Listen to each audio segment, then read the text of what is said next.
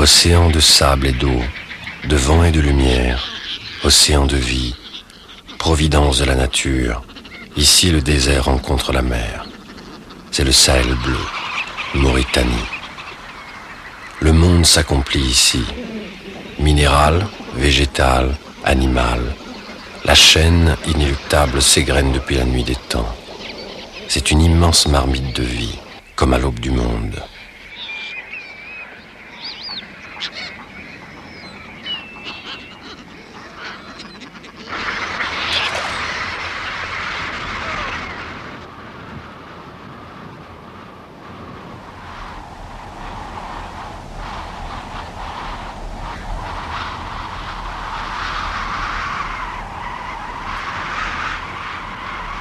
Au banc d'Arguin vivent les gens du poisson, les Imragen, représentants magiques d'un passé encore présent.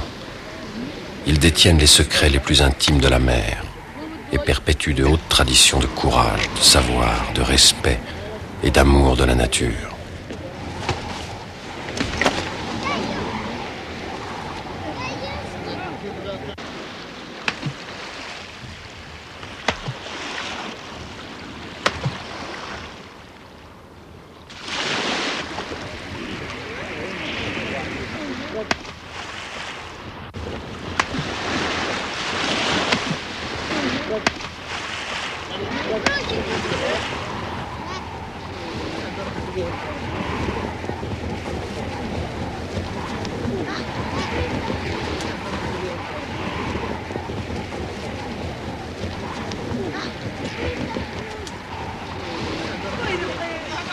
Eux seuls au monde savent faire participer les dauphins à leur pêche saisonnière au mulet jaune.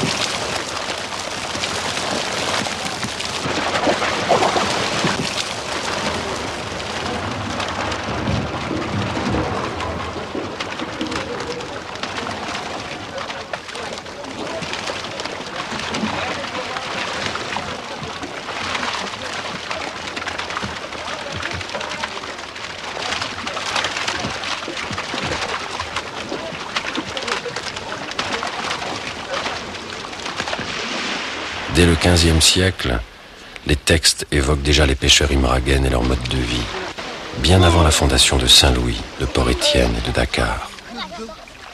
Leur histoire est jalonnée de guerres violentes. Leurs familles et leurs biens ont été radiés. Ils ont enduré des périodes terribles de famine et de soif. Mais pour rien au monde, ces hommes et ces femmes, les gens du poisson, ne quitteront leur terre. La terre des ancêtres, occupée depuis des temps immémoriaux, ne changeront leurs habitudes et n'abandonneront leur seule richesse, le poisson. La culture, le savoir et les techniques des Imragen sont adaptés aux exigences d'un environnement exceptionnel. Pourtant, aujourd'hui, l'approvisionnement en bois et en eau douce devient une condition de survie primordiale. Tournés par tradition vers la mer, les gens du poisson ont su jusqu'à présent résister à l'épreuve du temps et aux périodes de sécheresse. Mais pour combien de temps encore ? On bute à l'adversité conjuguée des éléments et des hommes. Les Imragen, bergers de la mer, tiennent d'une main la tradition et peut-être de l'autre une clé pour l'avenir de la Mauritanie.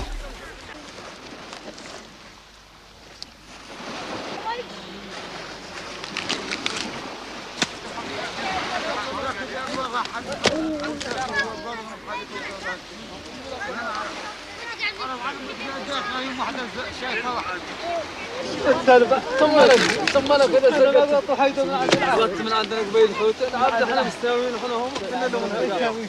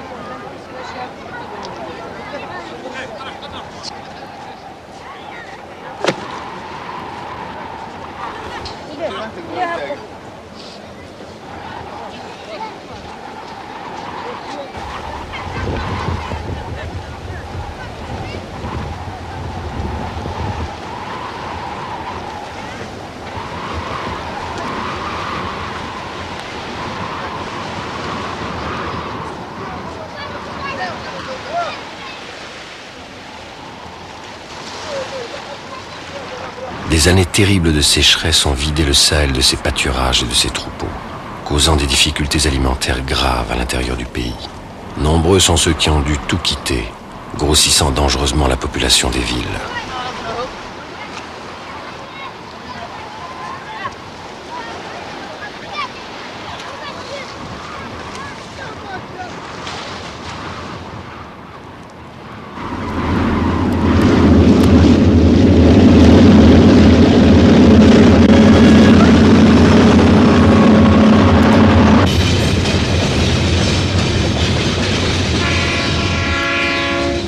Autrefois, en Mauritanie, l'agriculture et l'élevage étaient florissants.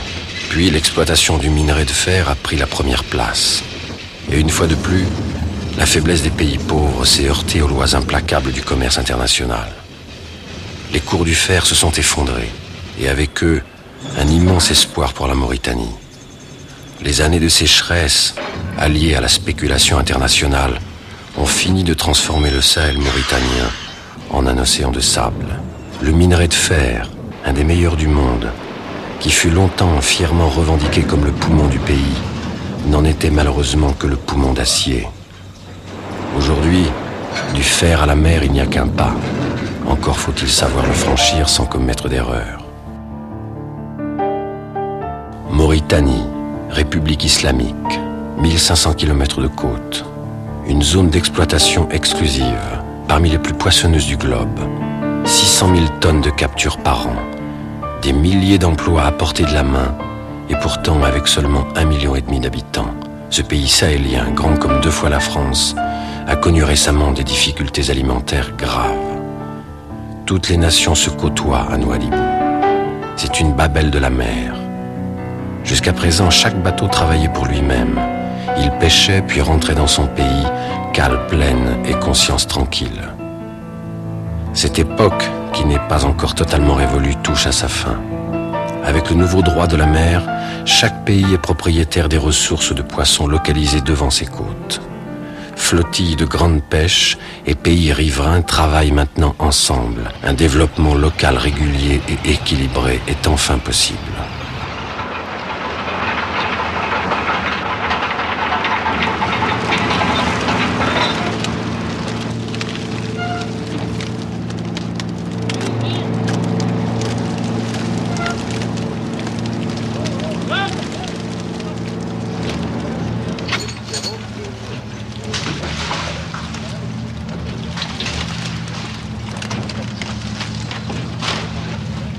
La dernière campagne, là, on a fait 3 mois et demi.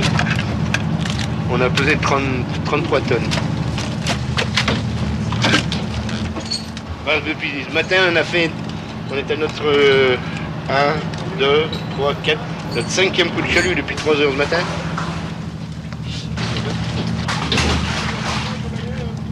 Quand on travaille